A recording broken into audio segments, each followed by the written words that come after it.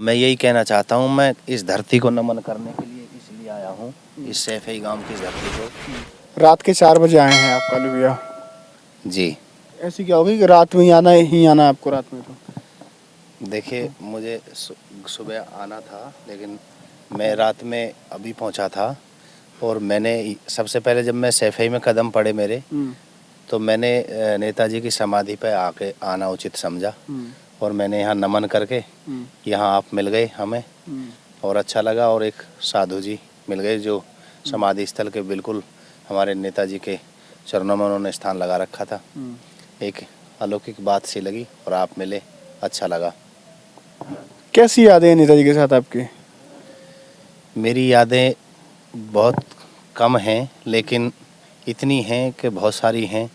कुछ बातें ऐसी हैं कि नेताजी से मैं अपने जीवन में मैंने उनके साक्षात 4 बार दर्शन करे हैं। अच्छा, 4 बार? 4 बार दर्शन करे हैं।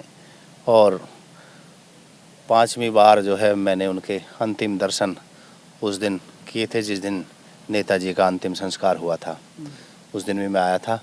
और आज देख रहा हूँ मैं इस जगह को, यहाँ पे सन्नाटा छाया हुआ है फ़िलहाल, लेकिन उस दिन दूर दूर तक यहाँ ये जो मेला मैदान है, यहाँ पूरा सब खचाखच भरा हुआ था। ऐतिहासिक तस्वीरें थी अपने आप में। बहुत ऐतिहासिक तस्वीरें थी उस दिन की। और ऐतिहासिक तस्वीरें तो उस दिन की थी ही, लेकिन हमारे नेताजी ने भी एक ऐसे ऐसे इतिहास रचे हैं जो युगों युगों तक उन बातों को भुलाया नहीं जा सकता। तो आज मैं समाधि स्थल पर नमन करते हुए, बहुत सारी यादें नेताजी से जुड़ी हुई हैं।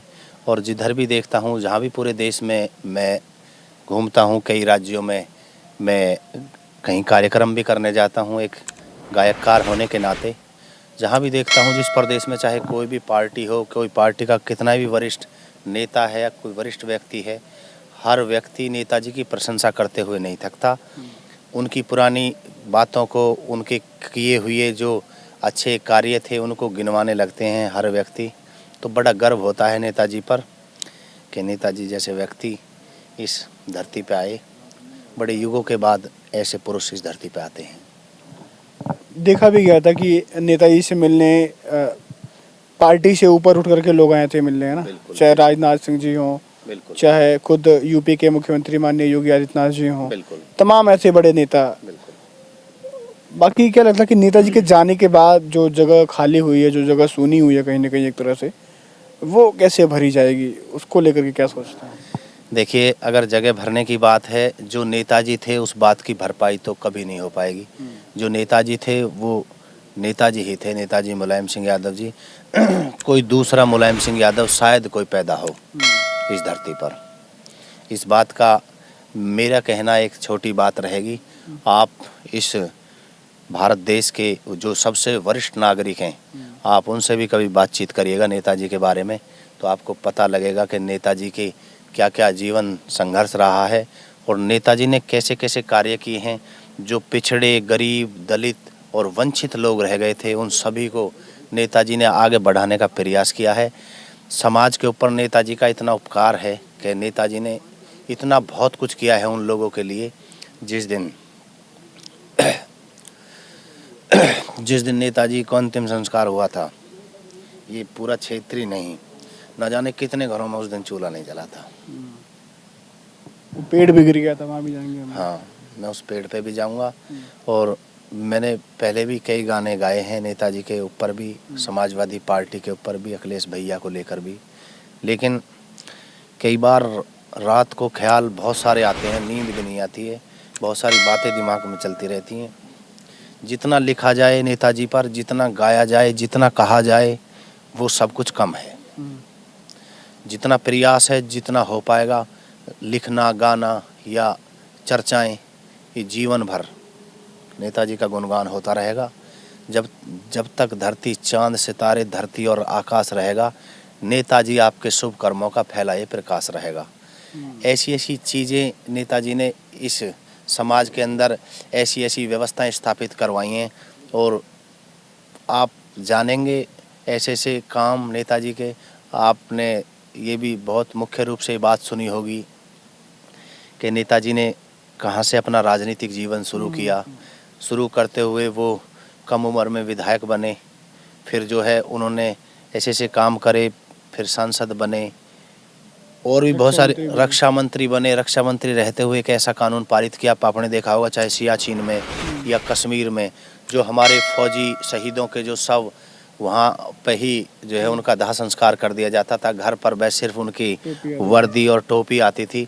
लेकिन नेताजी ने एक ऐसा कानून सदन में पास किया और ऐसा एक आदेश पारित किया, चाहे भारत के किसी भी कोने में हमारे भारत का कोई भी वीर शहीद होता है तो उसकी जो अंतिम संस्कार है उसके गांव में पूरे राष्ट्रीय सम्मान के साथ में होना चाहिए।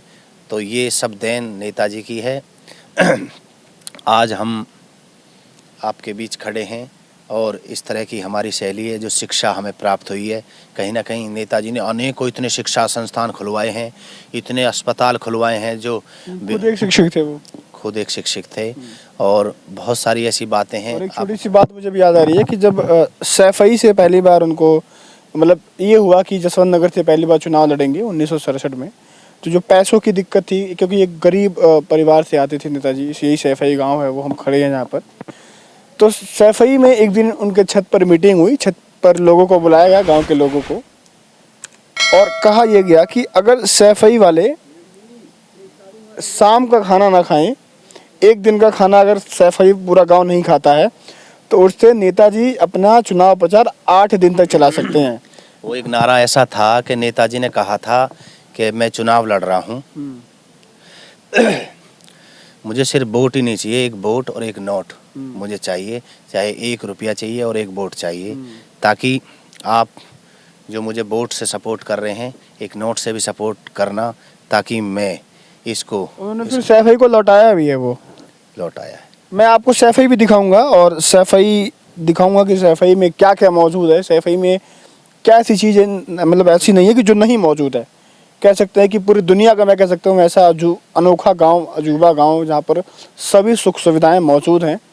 और मैं वो कल दिखाऊंगा तस्वीरें आपको। हाँ, कुछ कहना चाहते हूँ आप? मैं यही कहना चाहता हूँ, मैं इस धरती को नमन करने के लिए इसलिए आया हूँ, इस सैफई गांव की इस धरती को, कि इस गांव की इस धरती का, इस धरती में जन्मे एक महापुरुष का पूरे देश की, पूरी 36 बिरादरी पर ऐसा एक उपकार है, जो शायद आज की राजनीति में मैं देखता हूँ बहुत सारी ऐसी चीज़ें हैं, एक दूसरे पर कटाक्ष, एक दूसरे को अलग अलग राजनीतिक दृष्टि से देखना।